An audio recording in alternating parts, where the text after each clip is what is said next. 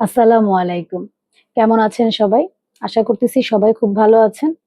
আজকে প্রেগন্যান্সিতে বমি নিয়ে একটু কথা বলবো। বমি জিনিসটা প্রেগন্যান্সিতে খুব কমন। কম বেশি সবারই বমি হয়। কিন্তু অনেকেরই দেখা যায় এত বেশি বমি হয় যেটা তার নরমাল যে লাইফটা আছে সেটাকে হ্যাম্পার করে। যেমন কিছু সাইন আছে, চোখ গর্তে ঢুকে যাওয়া, একদমই না খেতে পারা, একদম সারাদিন বিছানায় শুয়ে আছে এবং খাবার-দাবার একদমই টোটালি বন্ধ।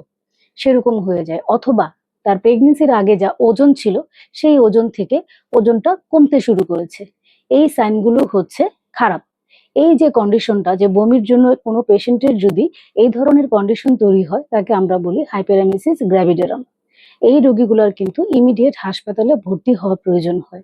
ভর্তি হয়ে তার ইমিডিয়েট কারেকশন করে রোগী যখন একটু সুস্থ হয় তখন তার পরবর্তী চিকিৎসা চলে। কাদের এই সমস্যাগুলো বেশি হয়?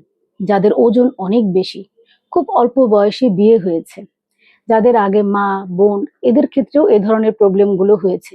অথবা তার আগের প্রেগনেন্সিতেও এ ধরনের সমস্যা হয়েছে।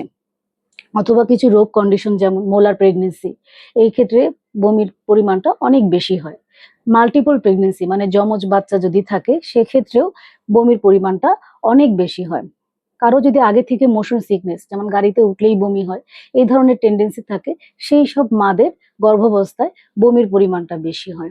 যাদের পিল খেলে মাথা ঘোরায়, বমি হয়, যারা খেতে পারেন না তাদের ক্ষেত্রেও কিন্তু প্রেগনেন্সিতে বমির পরিমাণটা অনেক বেশি হয়। আনপ্ল্যান্ড প্রেগনেন্সি মানে আপনি প্রেগনেন্সিটা চাননি, অনাকাঙ্ক্ষিতভাবে এই বাচ্চাটা চলে আসছে, তখন তার মানসিক একটা চাপ তৈরি হয়, সেই স্ট্রেস থেকেও তার বমির পরিমাণটা বেশি হয়।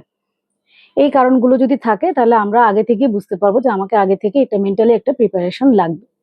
এই সমস্যা হলে আমরা কিছু পরীক্ষা নিরীক্ষা করে দেখি যে তার মানে মেইন কোনো অর্গান কোনো প্রবলেম হচ্ছে কিনা, বিশেষ করে যেমন থাইরয়েড ফাংশন টেস্ট সেটা দেখি।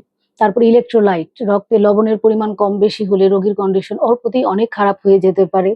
তারপর তার ডায়াবেটিস টেস্ট করতে হবে, তার ব্লাড গ্যাস অ্যানালাইসিস করতে হবে, আল্ট্রাসোনোগ্রাফি করে দেখতে হবে যেটা কি মোলার প্রেগনেন্সি নাকি মাল্টিপল প্রেগনেন্সি। এই জিনিসগুলো আমরা পরীক্ষা করে দেখব এবং এই রোগীগুলোকে হসপিটালাইজড করে ইমিডিয়েট কারেকশন করে তাকে একটা নর্মাল কন্ডিশনে আনতে হবে।